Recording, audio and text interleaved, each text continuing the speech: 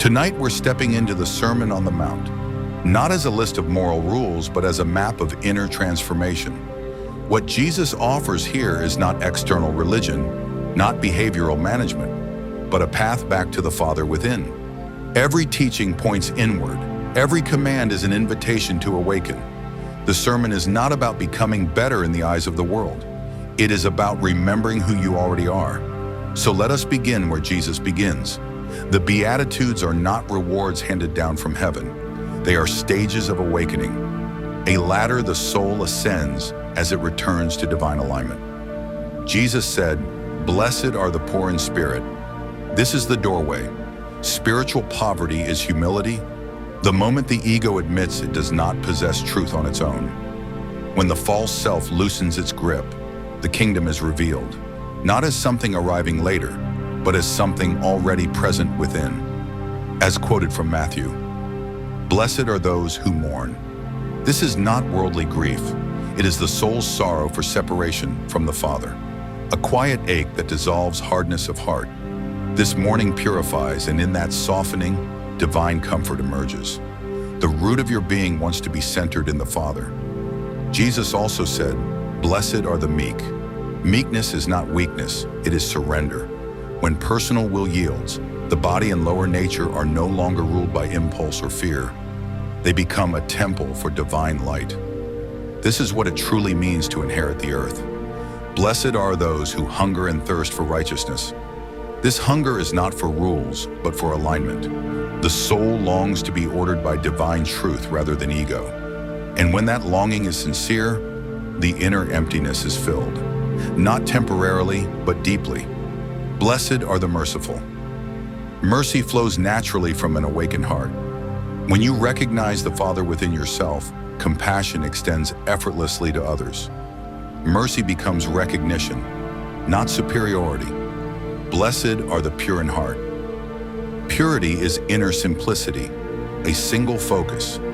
When inner division dissolves, God is no longer believed in. He is seen. This is direct perception, not doctrine, freeing you from the lower vibrations. Blessed are the peacemakers. Peacemakers reconcile the inner opposites, light and shadow, spirit and flesh. This inner harmony reveals true sonship. Peace within announces divine identity, balancing the internal forces within you. And finally, persecution. Trials test the awakened soul. Resistance comes when inner truth no longer conforms to outer systems. But the reward is permanent realization, the kingdom fully known within, unshaken by circumstance. Jesus then says, "You are the salt of the earth, you are the light of the world." Salt preserves and transforms. Light reveals. The divine presence is already within you. Your task is not to acquire it, only to remove what hides it. This is not about performing goodness. It is about becoming a living lamp, allowing the Father's radiance to shine outward naturally.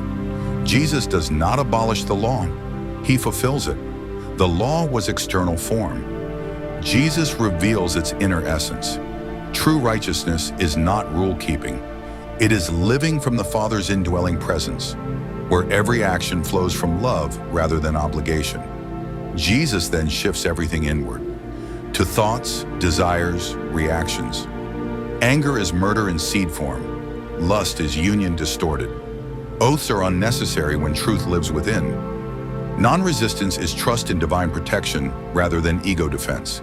And the highest teaching of all, love your enemies. Why? Because the Father's essence lives in all. To love as God loves is to see God everywhere, even where the ego resists. Go into your secret place. When you pray, go into your room and close the door. This room is not physical. It is the inner chamber of the heart.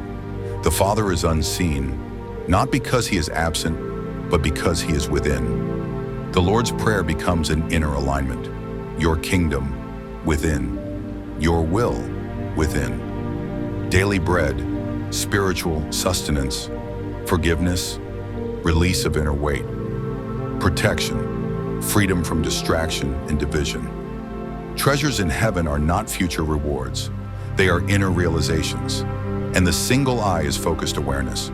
When attention rests on the divine center, the whole being fills with light. Nothing is divided, nothing is wasted. Jesus said, "Seek first the kingdom," not outside, not later, within. When alignment comes first, provision follows naturally.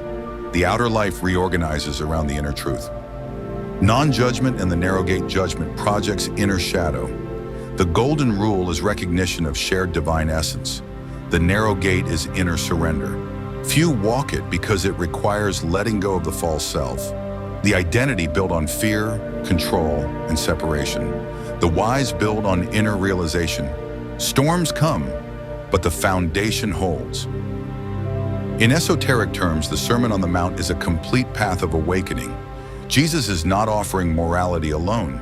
He is revealing how the soul returns to the Father, awakens the divine spark, and learns to live from the kingdom already within.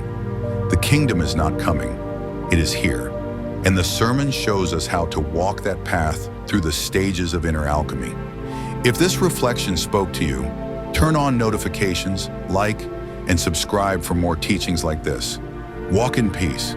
May you stay blessed and aligned with your higher truth. Thank you for watching.